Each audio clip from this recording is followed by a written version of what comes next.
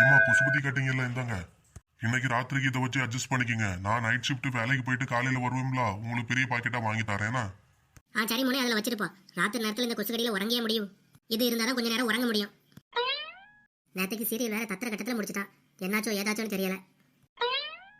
ஏம்மா சீரியல் போட்டுட்டானா? வா மக்களே உட்காரு, நேரம் ஆயாச்சு, இப்போ போடுவான். தத்திர கட்டத்தில் நேற்றுக்கு வேற முடிச்சான். வா வா வந்து உட்காரு. இந்த அண்ணி எங்க போயிட்டாவ? ஏதாவது ஸ்நாக்ஸ் சாப்பிட்டுட்டே டிவி பார்த்தா தானே நல்லா இருக்கும்.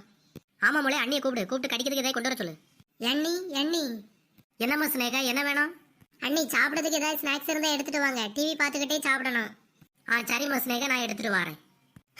எந்த நேரமும் தின்னுக்கிட்டே இருக்கணும். எம்மா ஸ்னேகா, இந்த அம்மா முறுக்கு சாப்பிடு. அண்ணி அதில் வச்சுட்டு போங்க. கடிக்கிறதுக்கு முறுக்கு இருக்கு, குடிக்கிறதுக்கு டீ ஏதாவது வேணுமா ஸ்னேகா? அண்ணி டீ எல்லாம் ஒன்றும் வேண்டாம்.